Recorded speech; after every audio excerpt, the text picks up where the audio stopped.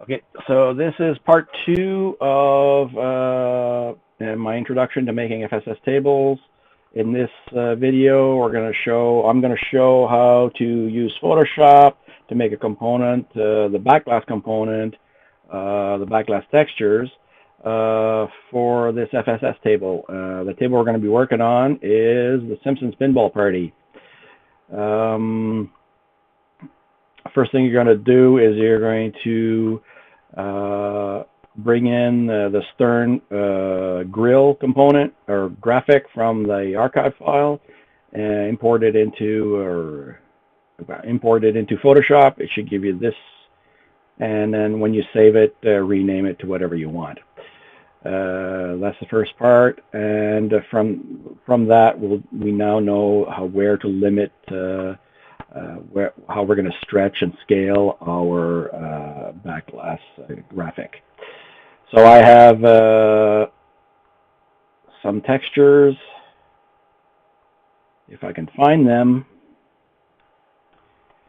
Okay, so here's the first texture. This is the base texture. It has no specific lighting information per se. It has all the base colors. So we're going to use this as the albedo texture. Then we're going to import on, oops, not that guy. Oh, and there was a line work one image that I found. We may end up using that, may not. Here is a lit copy of a texture that we're going to use, and we're going to overlay on top of the albedo texture. From those two layers, we'll be able to construct all the components that we need. So let's use the polygon lasso tool, and we're going to cut out this image with the curvatures.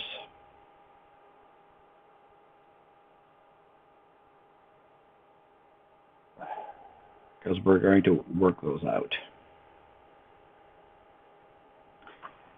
So edit, copy, and then paste it into your final. So now we're going to scale this. Edit, transform, scale. So what you do is you make sure the far extremities fit inside the frame of where the backglass component will be located. Now, once we've done that, we're going to now transform again, but this time we're going to skew, and this is going to get rid of that deformation due to when you take a photograph. So we're going to work that out.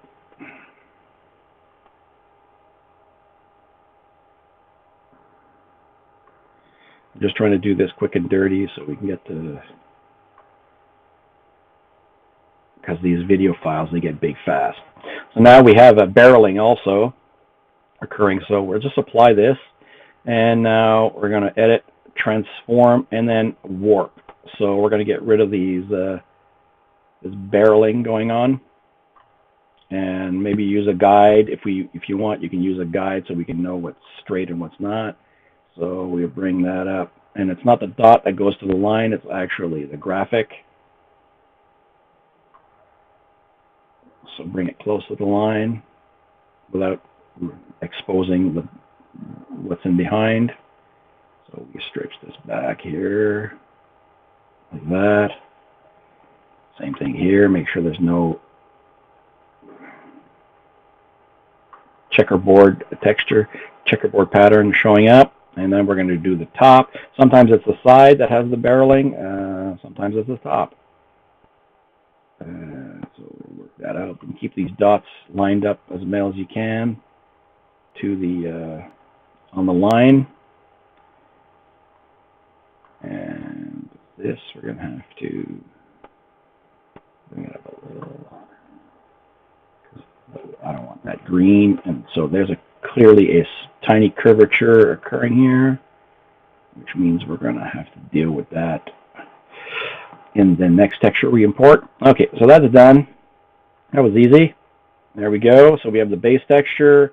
Now we're going to bring in the lit texture. And so we don't need the albedo anymore. We're going to get rid of that. And we're going to do the same thing, polygon lasso tool. Now, best you can, obviously, frame that image. Obviously, it's got dark areas everywhere, so it's hard to tell where is the beginning of an edge and what the... I've never had that happen before. I don't know what happened there. Okay, hold on. Okay, let's try that again. It's funny, this is the second time I do this video, and I ran out of disk space, so one of the components stopped functioning because of Photoshop. It didn't have a buffer anymore to store anything, so it's just stopped functioning properly. And then, of course, I got my hard disk full warning. Anyway, that's not what's happening now. All right, so you copy this, edit copy, and let's paste it in here. There we go. And again, we're going to do the same thing. Let's get rid of this guide. We don't need him right now. So put the guide back. Edit, transform, scale. You scale it first. Now we can't see the other end, so bring it into view. I'm going to, since this is the extreme point of the image, I'm going to use that. I'm going to use this baseline here for that, and I'm going to use this top corner to define where I'm going to stop stretching that. Okay, so now again, just like the other one, transform, skew.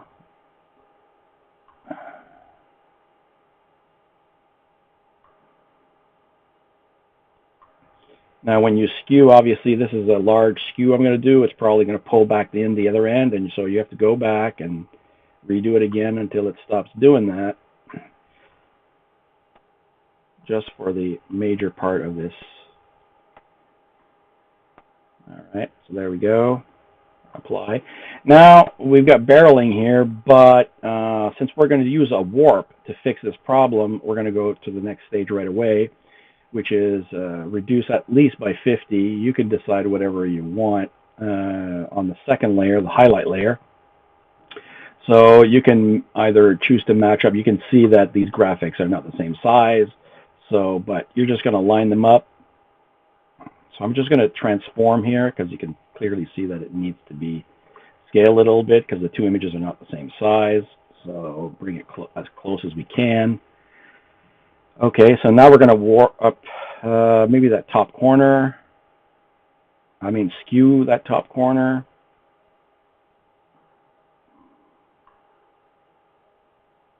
There we go. A little bit down here. But this one's definitely going to have to be warped into place. So this is just pre-work for that. Okay, that's it, I think. See, he's aligned, but his arm is not. So now we have to do some warping. So let's just apply. Whoops. Let's just apply this and edit, transform, warp. So now when you warp, it's best if you zoom in. I like to do the outer perimeter first. I already know, I can already tell that there's going to be little subtle editing going on. So when you do warp, you don't look over here at this text to warp what is local to the point that you're pulling. So only look at the area that you're tugging on. So when I tug on this point here, then I can look at this text, but there's no point looking at the text and aligning this text when I'm pulling this point over here. Same thing goes here. I look at the nose of this tramway. I don't bother to look at the Simpsons text. No, it's not aligned, but it will become more aligned when I start tugging on this point. But like I said, I'm doing the outer edge first, get it fitting inside, and then I'll deal with the rest after. So that's not bad. See, as I pulled this one, and I pulled it a lot, obviously this one will become unaligned, but we're going to deal with that further along in the tutorial. Here I'm going to align the T and the Y. Here I'm going to use the eyes. The eyes are a very good target for aligning things. Faces, usually I try to use faces or thin lines or series of dots like the text here. Unfortunately, it's out of focus, so I can't use that. But, you know, I'll use the eyes. Faces are an easy target to use to align points. Now, I'm not going to align everything because this eye is closest to what I'm working on and the arm. So this eye is going to get fixed when I adjust other areas. So here I'm going to fix the hand. That's because there's other deformations going on, and that is tugging on this eye. I see already, it's already auto-correcting as I move along and adjust all the other points. Here I'm going to do Lisa. I think it's Lisa is her name. Her socks and her dress. Bottom of the socks of the dress. Obviously her face will not be aligned. Not yet. And everyone knows Bart. I'm mistaking his name. And okay, so let's do it. See, obviously here we have text, so it's really nice. Text is a great target. Faces, text, thin lines, and series of dots are a good target for aligning things. Now we're going to do here. Now there's a lot of dark, so it's hard to tell what's what, but here you can easily use the door. It's a little far from the target where I'm pulling, but you know, it's useful. Clearly there's something going on here, and I knew it. Remember, I initially, when I was doing the original texture, I could tell that there's a warping going on here. We're going to fix that. We're going to do a local warp on that to fix it. So here we're going to do the text. Here's the tiniest text on here. We're going to see if we can align that. And that's not too bad, but it's not. When I do this, this becomes undone. So, but this is local, more local to where I'm pulling. So I'm going to leave that there because in adjusting this, it's probably going to might fix this TM. Yes, it does. So there we go. Pinball Party, the B seems a little bit out of focus. And we're going to keep going. Marge's face. Krusty's face. Lisa's. Her eyebrows are losing. So is Bart's eyes. So we're going to go back and adjust something here. Okay, that's good. Yes, it's very good. Let's do this Simpson sign again. Something's wrong here. Still out of focus. That's a little better, and try to get that S to clear up a little. But this is going to affect the faces, so we're going to have to go in here. There's clearly something going on, some kind of dip in the graphic. So we're going to apply this. Just make sure that I'm going in there for nothing. Let's fix this stern sign logo. That's better. That's Grandpa. He's kind of messed up. Marge's face again. Okay, there might be something here to fix. Yes, not too bad. There. All right. So when you get to the little micro adjustments there, you don't go crazy. Anyway, so we'll fix this mess. What you do is you grab an area and that captures the areas that are affected. Now, obviously, you cannot modify this edge nor the bottom edge, or you can't do the right edge or the bottom edge because it's going to tear when you do a warp. So all you can do is the upper edge because it has nothing adjacent to it, and the center. So I'm going to show you that. Transform, warp, and we'll start tugging at, let's say, the middle here. That's a push. Simpsons logo is a little better. Let's fix up that quickie. here a bit, fix the Twiki, and that aligning, and get this top.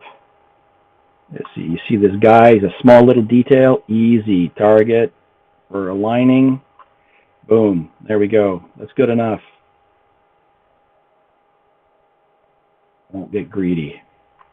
There we go. So that was a micro adjustment, a tiny warp in an area, and no tearing. So we deselect that. We can see that there's no tearing here. Now you can clearly see that the two images don't obviously are not the same size. That's fine. What we're going to do is we're going to do an image cleanup now. So we're going to bring this back up to 100% opacity, and you're going to get your eraser. Remember, this top part is only you don't ever erase the background. You're only erasing the textures you're adding to the top. So we're going to get an erase tool. We're not going to go too nuts, 25%, and start erasing by clicking, just by clicking the undesirable line.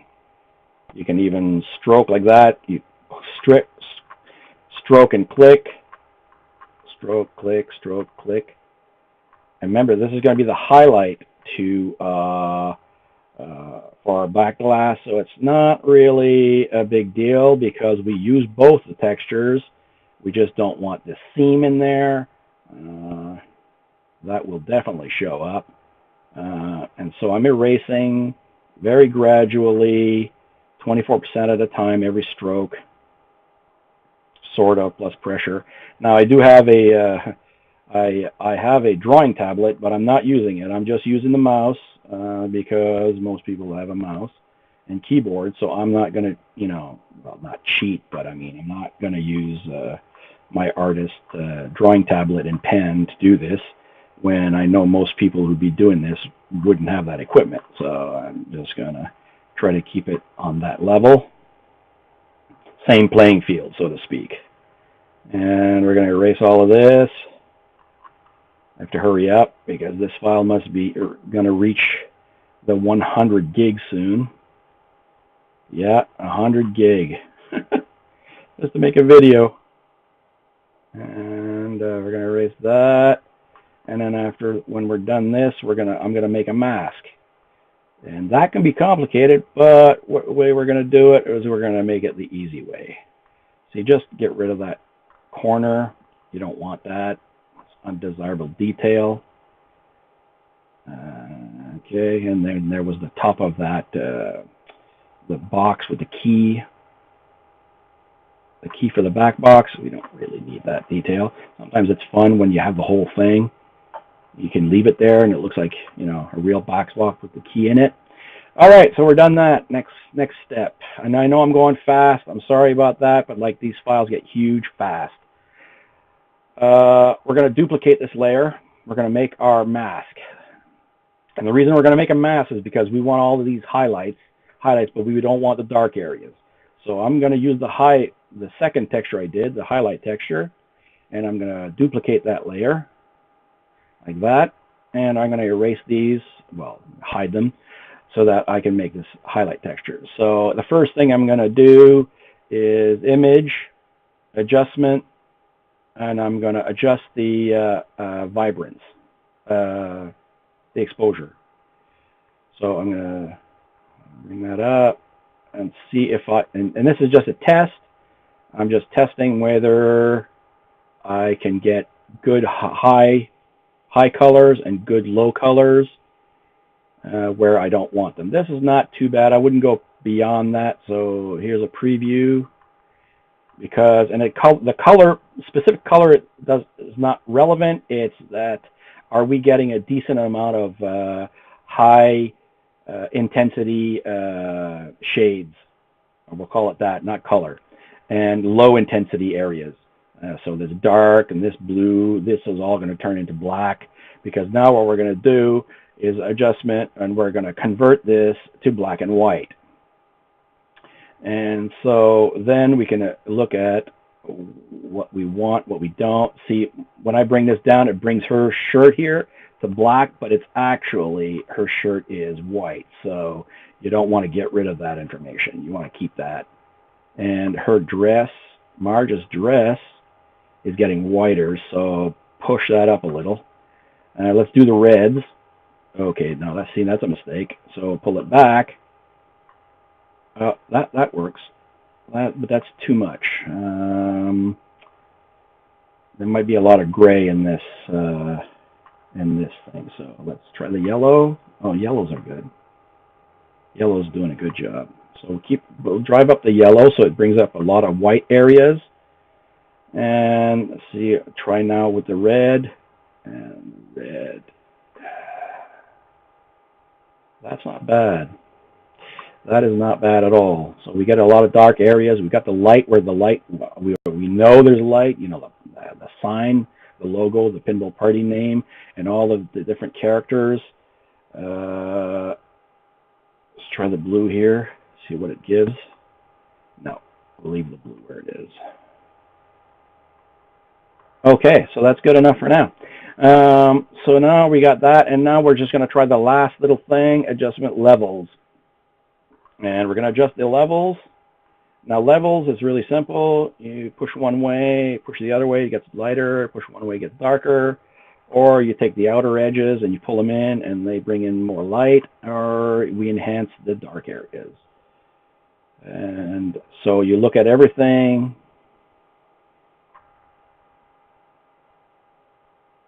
You look at the entire thing.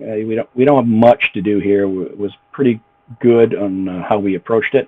So okay, so now we got that. We're going to copy it, edit, select everything, select all.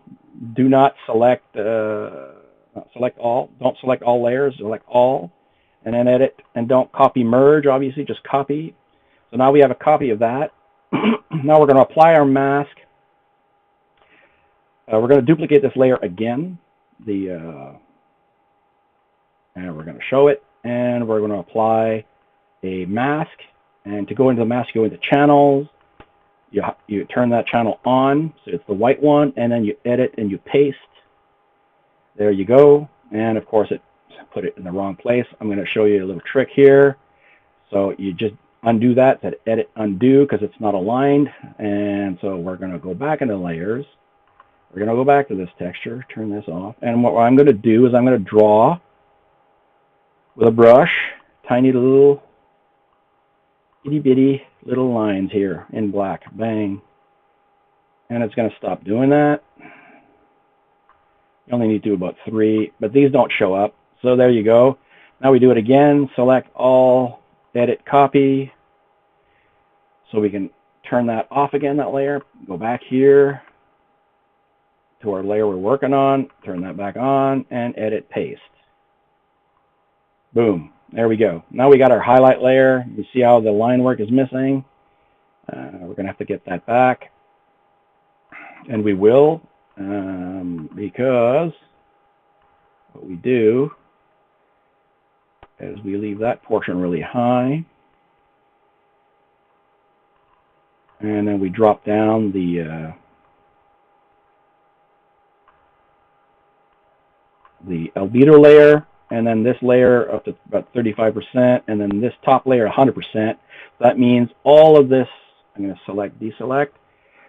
Here we have our highlight layer. Everything that is really obviously visible is going to be very intense, and everything else is going to be less intense. So here we are, we have our highlight layer. We're going to save that. File, save as a whatever, a PNG. I use PNG. Party, and I'm going to call this high. Save that. Okay. And it was that easy. I mean, we just made essentially a mask for a texture and everything that is black. See, everything is black will not be rendered, and everything that is gray will be partially rendered, and everything that is white will be fully rendered. And then, you know, gray, it's whatever intensity of gray will show up to us, whatever degree, however Visual Pinball calculates its intensities. So yeah, we basically made a mask there. Now we're going to do our back glass image. We are going to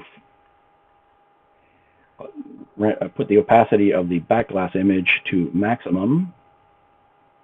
And then the highlights we're going to drive down. This one I don't even think we need it. Yeah, okay, we're just going to use this highlight one, but you can see it has an impact, and we can bring it up a little bit there. We don't want the base back image to be too bright because it's a back albedo image, and the more intensity you have in here, sometimes I even put I'll just show quickly, new layer, make a new layer, and change my color to black. Whenever I find there's too much intensity, I'll pour that in there, and then I will bring it down to about 20%. Heck, you know what? I'll just even leave it. There we go. And I put it between the background image and the foreground image so that we can actually see just a tiny bit of highlighting going on. So we have the grill, we have the back glass. So I'm going to take the grill off. No, actually, I leave the grill on, sorry. And now we're going to save the background texture. Save as, PNG, and I call this one dark. Okay, so we'll save that. And also, sometimes there are more textures than this, but in this case not. There's only one more texture to make, and that is the grill texture. So we turn everything off here except for the grill, and we save that. And I'll call it grill. Sometimes I have a frame texture. Sometimes tables have a special frame, so I have to make the frame here, and I leave it inside the Photoshop file itself. I export it and import it into Visual Pinball and resize it there rather than doing it here. So there we go. That's it. That's the second part of how to make an FSS table. The next part will be how to import these images into Visual Pinball and adjusting the table to make an actual FSS table, the beginnings of it anyway. So see you in part 3. I hope you enjoyed this video, and thanks for watching.